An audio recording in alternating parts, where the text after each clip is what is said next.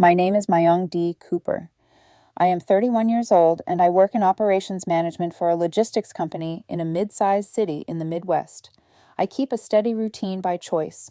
I wake up early, get to work before most people arrive, lift weights after work, and spend most evenings at home unless there is a reason not to. My life is structured and predictable because I prefer it that way. My boyfriend Daniel is 29. We had been together a little over 3 years. We didn't live together officially, but he stayed at my place most nights and kept a drawer and a key. We shared holidays, friend groups, and long-term plans, at least in theory. I'm explaining this carefully because people tend to assume that when relationships end quietly, someone must be rewriting the story afterward. I move quietly when I am finished with something, and that tends to make people uncomfortable. At the beginning of our relationship, Daniel liked to say he appreciated how calm I was. I paid my bills on time, planned ahead, and didn't create chaos for entertainment. In the early years, he called it stability. Over time, that appreciation slowly turned into irritation. He started calling me rigid. He said I lacked spontaneity. What he actually meant was that I didn't scramble to adapt every time he changed plans at the last minute or created an emotional emergency because he was bored. Daniel had a habit of framing his moods as my responsibility. If he was stressed, I was distant. If he was bored, I was predictable. If he snapped at me, it was because I hadn't read the room properly. I addressed that pattern early and clearly without drama. I told him I was completely fine with independence and personal space, but I was not interested in disrespect disguised as honesty. Whenever I addressed it, he would pull back just enough to reset the atmosphere, then slowly drift back toward the same behavior. His birthday was coming up, which matters because Daniel treats birthdays like performance reviews. He expects something memorable, something impressive. I had already planned something expensive and personal weeks in advance. Reservations had been booked. Time off work had been coordinated. He didn't know any of that yet. About 10 days before his birthday, on a Tuesday afternoon, while I was in the middle of a meeting, my phone buzzed. It was a long message from him explaining that he needed space to think and that I shouldn't reach out to him. He framed it as self-care. He said he felt overwhelmed by expectations and needed silence to reset. I read the message twice. Then I replied once. I said, okay. That moment changed everything. Not because I was angry, but because I finally took his words literally. When I said, okay, I meant it exactly as written. No follow-up questions, no emotional reassurance, no checking in. Daniel asked for silence and distance, so that is exactly what I gave him. The first thing I did was sit with the message for about an hour to make sure I wasn't reacting emotionally. Then I read it again carefully and paid attention to the wording. He didn't say temporary. He didn't give a timeline. He didn't say he loved me or that he hoped we would talk soon. The message ended with a clear instruction. Do not reach out. That isn't a pause, that is a withdrawal. So I adjusted my life accordingly. The birthday reservation was canceled that same afternoon. The deposit was non-refundable, but keeping the reservation would have been irrational. Planning a celebration for someone who explicitly asked for silence didn't make sense. I also returned the gift I had bought for him. It was custom-made and expensive, something very specific to Daniel's interests. Keeping it would have meant holding on to a version of the future that might not exist anymore. Next, I addressed logistics. Daniel had a key to my apartment. He came and went whenever he wanted. On Friday, I changed the locks. There was nothing dramatic about it. If someone asks for distance, access is part of that distance. I boxed up the few things he kept at my apartment, labeled them, and stacked the boxes neatly in the spare room. Then I went back to my routine. This is the part people struggle with when I explain it later. I didn't sit around waiting. I didn't count days. I didn't test the boundary he set.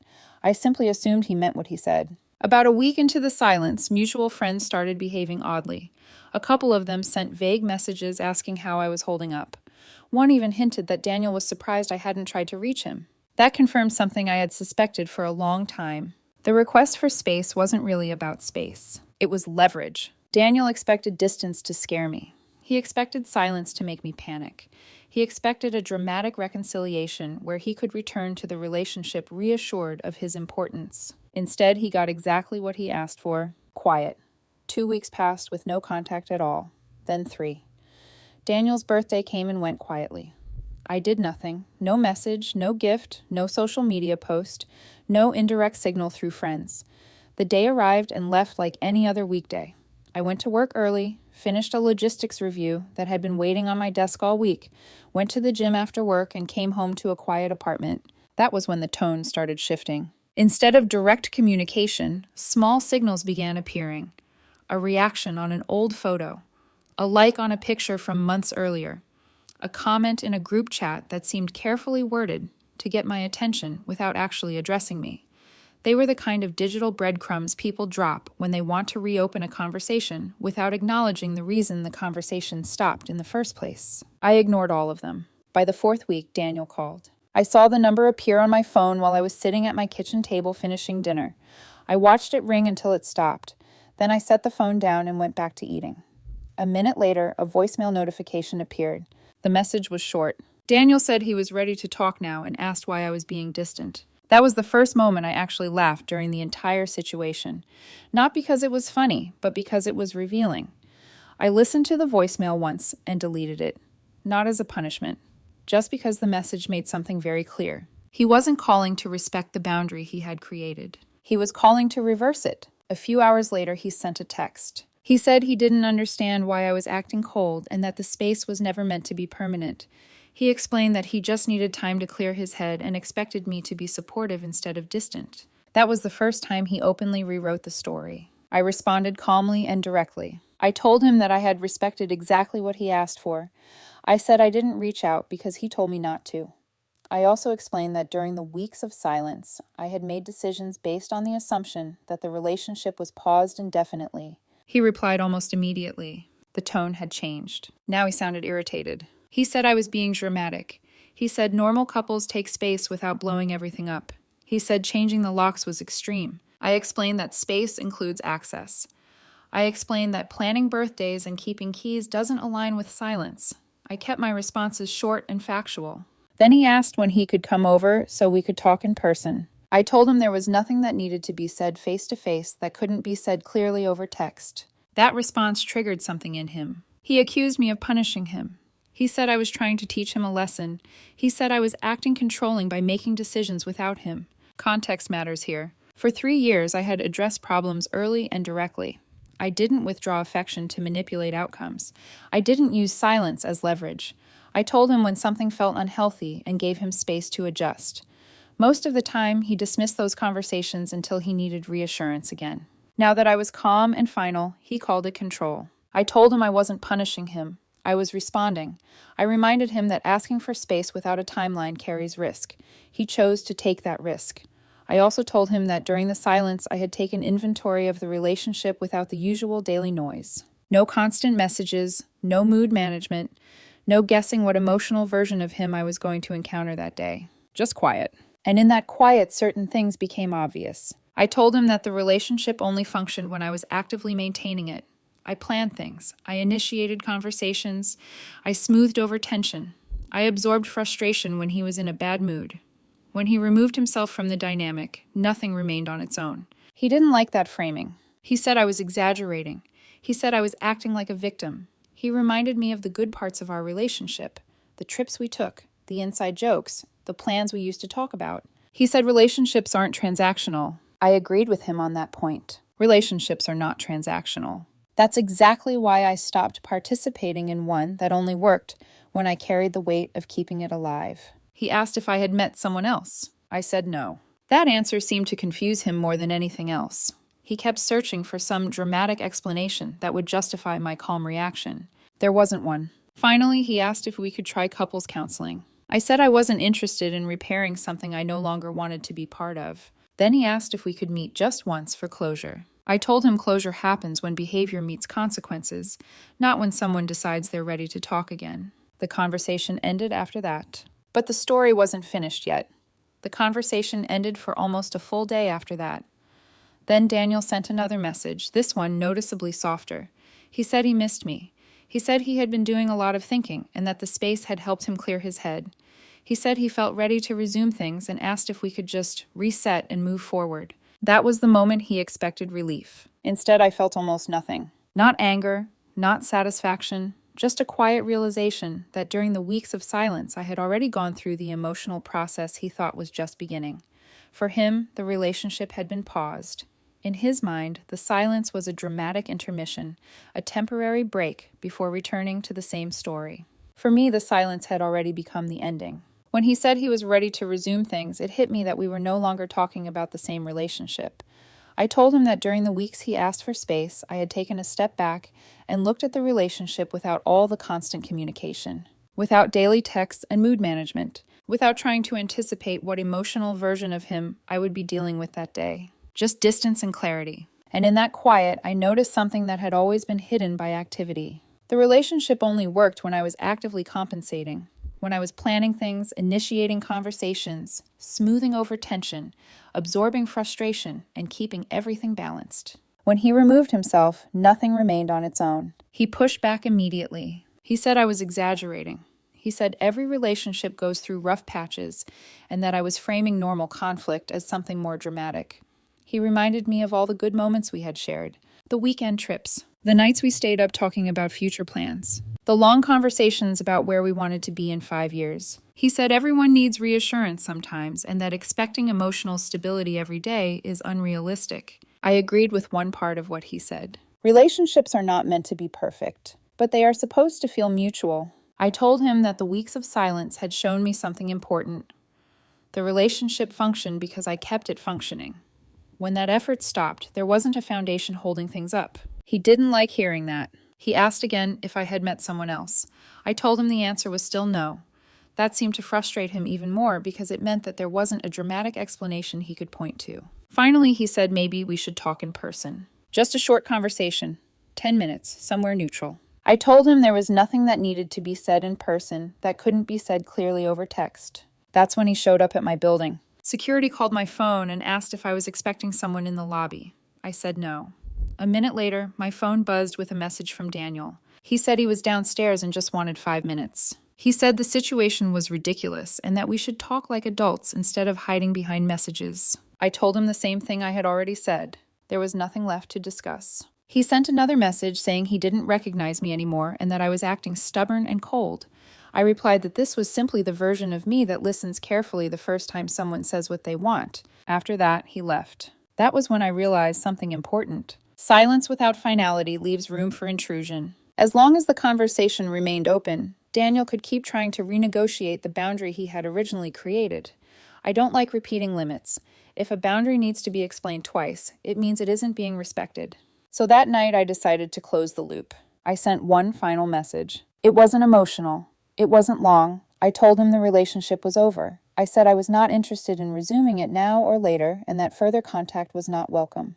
I wished him well, and said I hoped he found what he was looking for. He replied almost immediately. He said blocking people was immature. He said adults talk things through instead of shutting down communication. He said I was avoiding accountability, and that I owed him a real conversation after everything we had shared. That message confirmed the decision. I blocked his number. Then I blocked him on every platform where he could contact me. Social media, messaging apps, email. I even adjusted my privacy settings so mutual friends couldn't tag me in posts he might see. People often say blocking someone is extreme. I disagree. Blocking is what you do when someone repeatedly tries to renegotiate a boundary that has already been made clear. It isn't punishment. It's maintenance. The fallout was predictable. Within 24 hours, I started hearing from mutual friends. 2 of them texted asking what had happened and why Daniel was upset. I answered each one the same way, one sentence. She asked for space and told me not to reach out. I respected that and moved on. When he came back, there was nothing left to return to. Some people understood immediately. Others looked uncomfortable because the story didn't fit the version of relationships they preferred. The loud, emotional kind where both people chase each other in circles before reconciling. My version was quiet and final, which made people uneasy. A few days later, Daniel tried contacting me through a friend's phone. I didn't respond. Then he tried through email. Blocked. Then through a coworker he had met once at a party. I shut that down politely and firmly. Each attempt only reinforced the boundary. What I noticed during that time was something I hadn't expected. My life didn't collapse. My routine stayed exactly the same. I still woke up early, still went to work, still lifted weights after work, still came home to a quiet apartment, but the quiet felt different. It wasn't tense anymore. It was calm. About a week after I blocked him, the indirect narrative started circulating. This is the part people rarely talk about when relationships end. When someone loses direct access to you, they often try indirect access instead. Stories get adjusted, details get blurred. One friend asked why I had changed the locks so quickly, as if that was the most important part of the situation. Another asked if I had secretly been planning to break up with Daniel anyway. Someone else asked if I had been seeing another man during the silence. I answered each question once, calmly, with the same facts. Daniel asked for silence. I respected exactly what he asked for. Some people nodded and moved on. Others seemed unsettled, not because they disagreed, but because the situation forced them to confront something uncomfortable. Words have consequences, even when they are spoken casually. The part that circulated the most was Daniel's birthday. Apparently, he had told several people he assumed I would still do something for it. He thought I would surprise him despite the silence, that I would show initiative and prove I cared.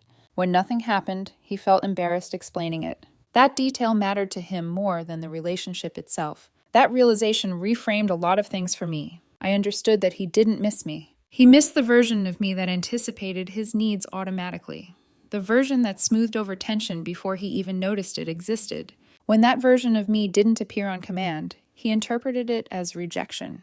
There were a few attempts to provoke a reaction after that.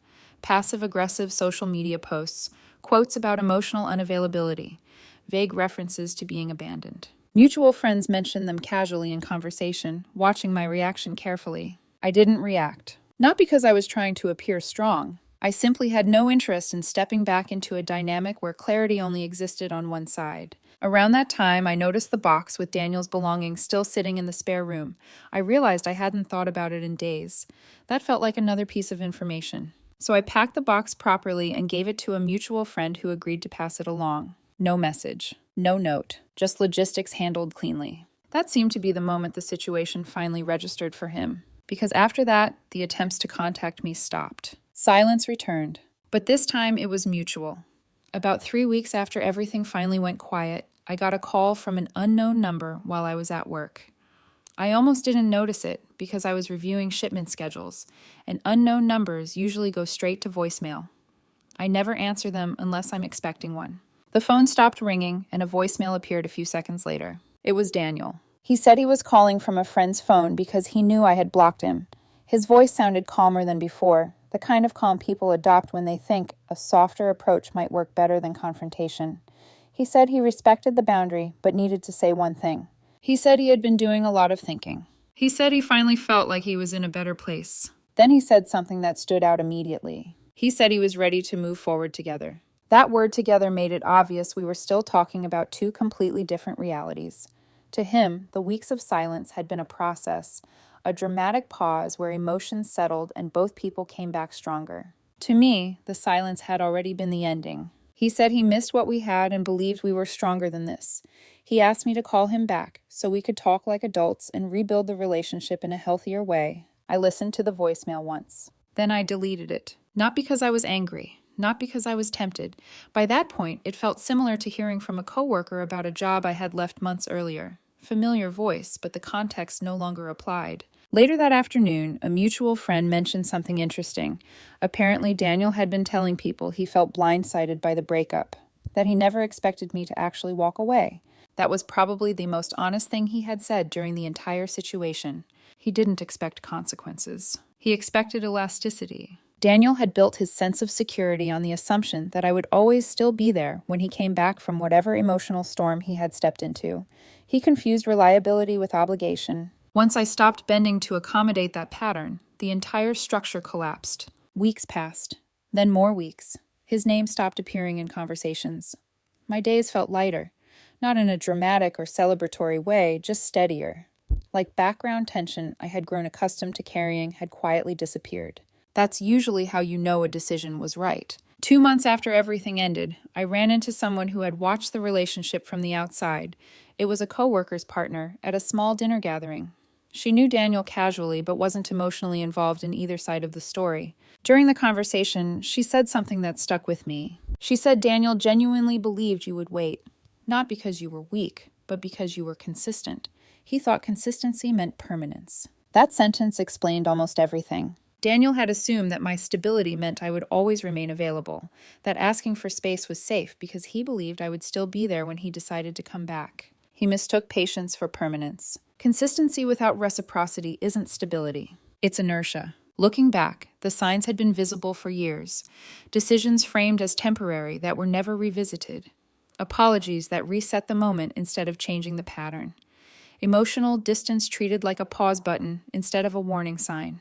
His birthday eventually became part of the story he told others. He said I abandoned him on an important day. What he didn't mention was that he had already stepped away and assumed I would still perform the role he expected. I didn't feel triumphant about that realization. I felt resolved. There is a certain peace that comes from knowing your actions aligned with your values instead of your fears. I didn't chase him. I didn't punish him. I didn't negotiate against myself. I listened carefully. Then I acted accordingly. Every time I replay the sequence of events, the logic still holds. If someone asks for distance, you give it completely. If they remove access, you don't hover outside the door waiting. If they return expecting everything to remain intact, that expectation belongs to them alone. I never told Daniel I would wait. He simply assumed I would. And assumptions are fragile foundations for relationships. A few months later, a mutual friend mentioned that Daniel had started dating someone new and that the relationship was moving quickly. The information was delivered casually, but the timing made it obvious it was meant to provoke some kind of reaction. I said I hoped it worked out for him and changed the subject. Apparently, that response disappointed the person who shared the news more than anger ever would have. Daniel had been telling people that I changed overnight, that I shut down, that I refused to communicate and weaponized silence. In his version of events, he was someone who asked for a reasonable break and got abandoned. He never mentioned that he had asked for silence from someone who had always been present. He didn't mention that he expected access without accountability. I never corrected his story publicly. People who paid attention eventually noticed the inconsistencies themselves. People who needed drama continued believing whatever version made the best story. I didn't feel the need to manage either. What mattered to me was that I hadn't compromised my own boundaries to preserve something that had already been failing quietly for a long time. Daniel didn't lose me when I blocked him. He lost me the moment he treated my presence as guaranteed and my patience as permanent. Blocking him just made the ending official. If there is one lesson in the entire situation, it's simple. When someone tells you what they want, listen carefully. Don't translate it into something safer. Don't assume they will return the same way they left. And don't keep a seat warm for someone who asked to walk away. Daniel asked for space and silence. I gave it to him completely. He just didn't expect me to mean it.